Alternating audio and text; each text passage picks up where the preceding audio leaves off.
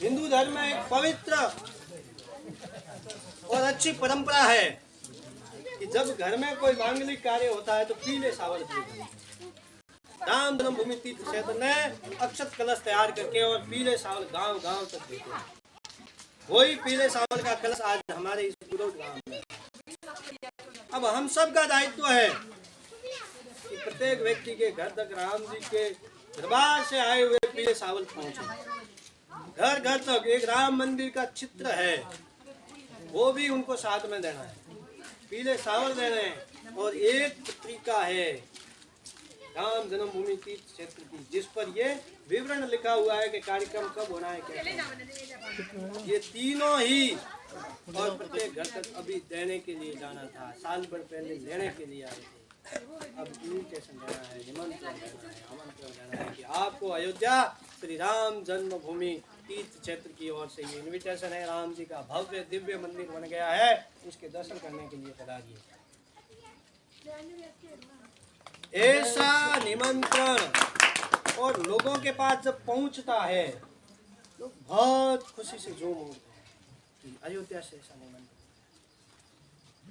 कोई भी व्यक्ति ऐसा छूटे नहीं, कोई भी पीछे नहीं रहे, सबके घरों में वो पीले चावल पहुंचे, सबको इन्विटेशन हो। फिर लोग कहेंगे कि भाई 22 जनवरी को प्राण प्रतिष्ठा कार्यक्रम है, क्या हमको वहाँ जाना है? 22 जनवरी को हमारी बड़े बड़े संत महंत सन्यासी लोग वहाँ रहेंगे, कार्यक्रम होगा। हमको हमारे गांव में मंदिर में श्री राम धुन से उस दिन राम जी के नाम की मालाएं जपनी है और सारा कार्यक्रम एक जगह ऐसा कुछ एलईडी वगैरह लगा करके लाइव एक जगह इकट्ठा होकर के देख सकते हैं। बहुत अलौकिक दिव्य दृश्य होगा उसमें। ऐसा भी कार्यक्रम आप अपने गांव में कर सकते हैं 22 जनवरी के दिन। उसके बाद में जैसे जैसे वहाँ भीड़ कम होती जाएगी, जन सामान्य पहुंचने लग जाएगा, तो आपके गांव से भी सभी लोगों को ये इनविटेशन आया, इसीलिए कभी न कभी राम जी के मंदिर जरूर जाना, उस अयोध्या भूमि के दर्शन जरूर करना, जिस भूमि के लिए हजारों सन्यासियों ने, हजारों लोगों ने अपने प्राणों की आहुति दी। वास्तविक अलौकिक दिव्य रूप राम जी का वहां प्रकटने वाला है। सैकड़ों सालों के संघर्ष का वो परिणाम अब हमको मिलने वाला है। कार सेवा हुई, लोगों ने, सरकारों ने गोलियां चला दी राम भक्तों पर, लेकिन पीछे नहीं हटे। ऐसे ऐसे शासक थे जिन्होंने सत्ता को ठोकर मार दी,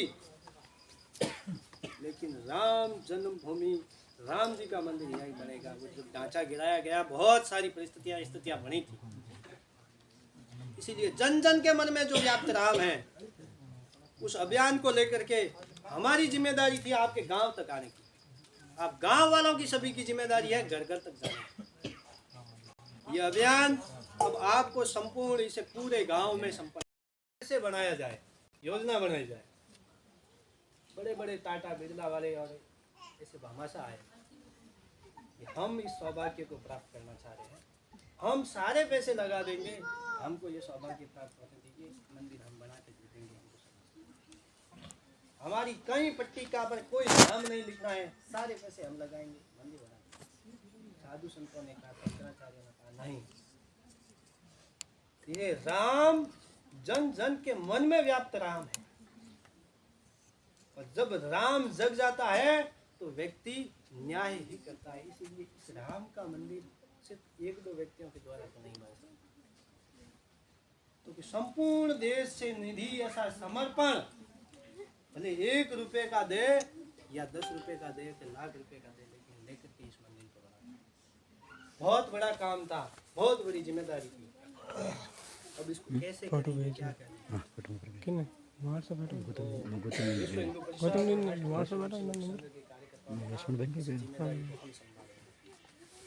हम घर घर तक जाएंगे और जैसा आदेश होगा उस अनुसार सारा निधि समर्पण चंदा जिसको कहते हैं वो इकट्ठा करके राम जी के सम्मान।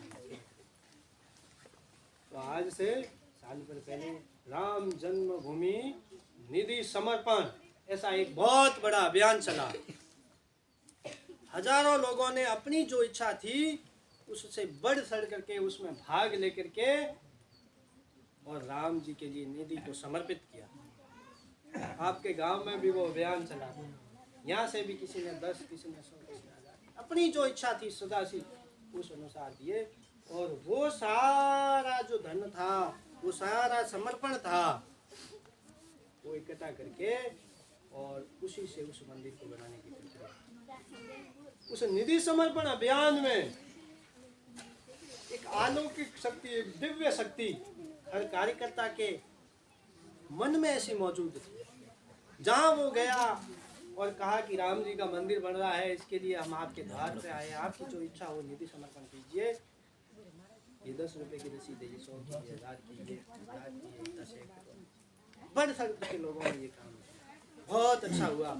जितना लक्ष्य लिया था संस्था ने, उससे कई गुना ज्यादा समर्पण हुआ। लोग मतलब अचंभित हो गए कि ये राम जी की कोई अलौकिक दिव्य शक्ति है जिसी के अनुसार ये काम हो रहा है। बाकी सामान्य मनुष्य जीवन में और मनुष्य जाति से तो ये काम इतना करना संभव नहीं है, इसीलिए कोई अदृश्य शक्ति साथ में काम कर रही है। बहुत अच्छा समर्पण होने के बाद में जोधपुर प्रांत की बात करूं, एक सामान्य सा उदाहरण है। यहाँ 100 करोड़ का लक्ष्य लिया था और 200 करोड़ इकट्ठे हो गए।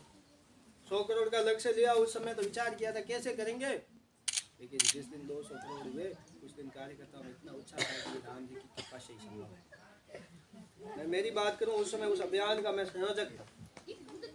यहाँ सिवाना खंड में 40-42 गांव आते हैं, सभी गांवों में हम गए, गांव के मुखिया प्रमुख से मिले, सबको अलग अलग जिम्मेदारी दी। आपके गांव में आपको काम करना है, आपके गांव में सभी जगह अलग अलग संभाला। जितना हम जैसे एक घर की बात करूं, सामान्य सा घर था और एक सामान्य जीवन जीने वाला घर।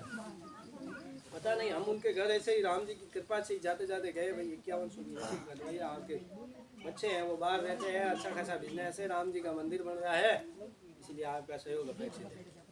उन्होंने कहा 1 मिनट हम हमारे बच्चों को पूछ लेते हैं उनकी क्या। उन्होंने उनके बच्चों को पूछा कि राम जी की निधि समर्पण हो रही है और ये लोग आए हुए हैं, क्या करना है। उन्होंने कहा कि हमने इस बार जो व्यापार किया है उसमें से ये तय कर रखा है कि हमारे जो मुनाफा है उसमें से जो 1,51,000 रुपये हमने राम जी की निधि समर्पण करके है, अपने 1,51,000 की रसीद करेंगे।